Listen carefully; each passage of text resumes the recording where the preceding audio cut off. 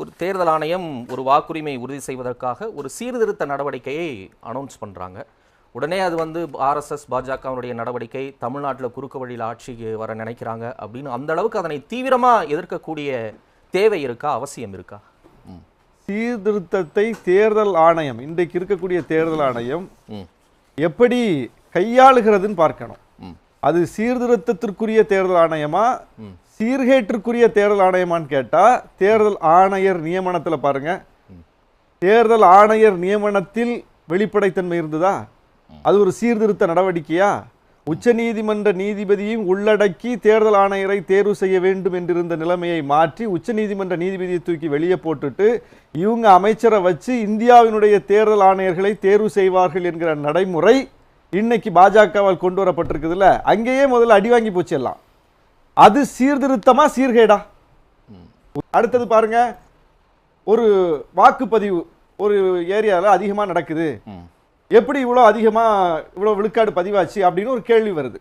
கேள்வி வரும்போது தேர்தல் ஆணையம், ஒரு சீர்திருத்தத்தை விரும்பக்கூடிய தேர்தல் ஆணையம் என்ன சொல்லும்? இந்த பாருங்க, அந்த சிசிடிவி ஃபுட்டேஜ் இருக்கு, உங்களுக்கு டவுட்டா இந்த பாருங்க எடுத்து போடுறோம் பாருங்க அப்படின்னு சொல்லும். ஆனால் சிசிடிவி ஃபுட்டேஜ் கேட்டால் தரமாட்டேன். இது சீர்கேடா சீர்திருத்தமா? சண்டிகர் மேயர் தேர்தல் நடந்துச்சு.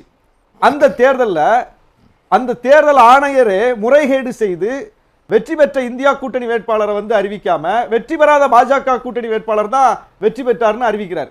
யார் இதை காட்டி கொடுத்தா, யார் கண்டுபிடிச்சான்னு பார்த்தா, சிசிடிவி பதிவுகள், கேமரா பதிவுகள் கைக்கு கிடைச்சதுனால கண்டுபிடிச்சோம், உச்ச நீதிமன்றத்துக்கு போனோம், முறையிட்டோம், நீதி நிலைநாட்டப்பட்டது. அப்போ அந்த கேமரா பதிவு இல்லைன்னு வைங்க, என்ன நடந்திருக்கும்? அப்போ அந்த கேமரா பதிவுகளை தரமாட்டேன்னு சொல்லுது தேர்தல் ஆணையம். இது எப்படி சீர்திருத்த நடவடிக்கை இருக்க முடியும்? சரி, ஒரு நாளைக்கு எவ்வளவு வாக்குப்பதிவு ஆனது என்று அந்த வாக்கு விழுக்காட்டை உடனடியாக அறிவிங்க அப்படின்னு சொல்றோம். அதை அறிவிக்க மாட்டேன். சிசிடிவி பதிவு கேட்டா தரமாட்டேன். சரி, இப்படி நீங்க வந்து சீர்திருத்த நடவடிக்கைகள் செய்றீங்களே, எவ்வளவு பேரை நீக்கினீங்க, எவ்வளவு பேரை சேர்த்தீங்க அப்படிங்கிற டேட்டா பேஸை கொடுங்க, சர்ச்சபிள் டேட்டா பேஸை கொடுங்கன்னு கேட்டா தரமாட்டேன்.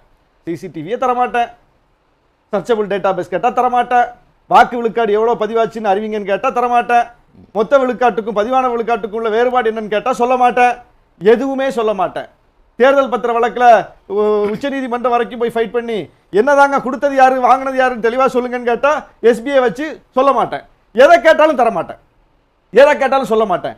ஆர்டிஐ சட்டம்னு ஒரு சட்டம் வந்து பாதுகாப்பு தொடர்பான விஷயங்களை தவிர எதை வேண்டுமானாலும் பகிரலாம் என்று ஒரு சட்டமே வந்துவிட்ட நாட்டில் இந்த அடிப்படையான தகவல்களை கூட தேர்தல் ஆணையம் தர மறுக்குது. இந்த தேர்தல் ஆணையம் மாநிலமா போய் எஸ்ஐஆர்னு சிறப்பு திருத்தத்தை செய்துன்னா அந்த திருத்தத்தின் நோக்கம் என்ன?